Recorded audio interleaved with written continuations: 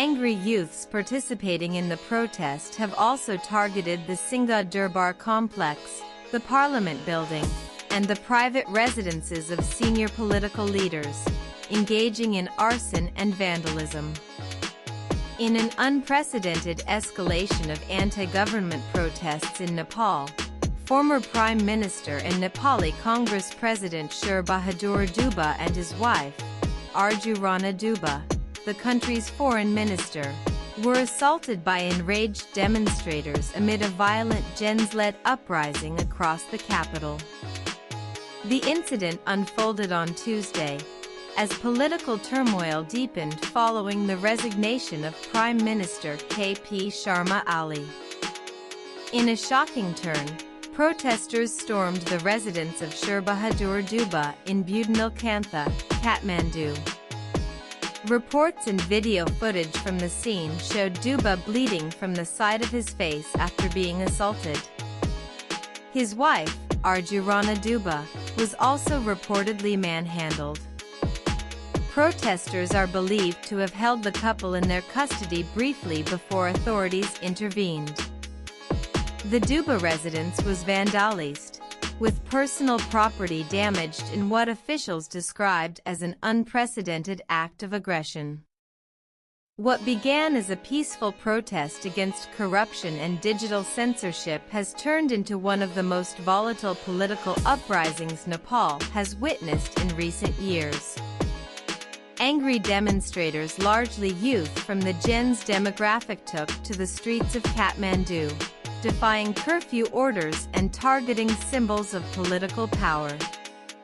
Key government institutions and political sites including the Singha Durbar complex, Parliament building, and party offices were attacked. Police stations and private residences of senior leaders have been vandalized or set ablaze. Amid the mounting unrest, Prime Minister K.P. Sharma Ali resigned on Tuesday, stating he was stepping down to facilitate a solution to the crisis and help resolve it politically, according to media. His resignation followed 2 days of intense protests, during which at least 19 people were killed and over 400 injured.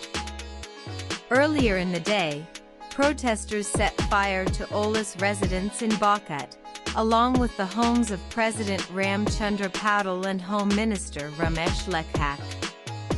These acts of arson have been widely condemned but also highlight the growing rage of Nepal's youth population. The situation prompted the closure of Tribhuvan International Airport TIA in Kathmandu. All flights were cancelled as security forces locked down the facility amid rumors that top leaders were attempting to flee the country. The Kathmandu Post cited unprecedented, serious circumstances for the shutdown. While the immediate trigger for the protests was the now revoked ban on social media platforms, the roots of the unrest go deeper. Years of alleged corruption, lack of youth representation, and public disillusionment with traditional political parties have created a volatile environment.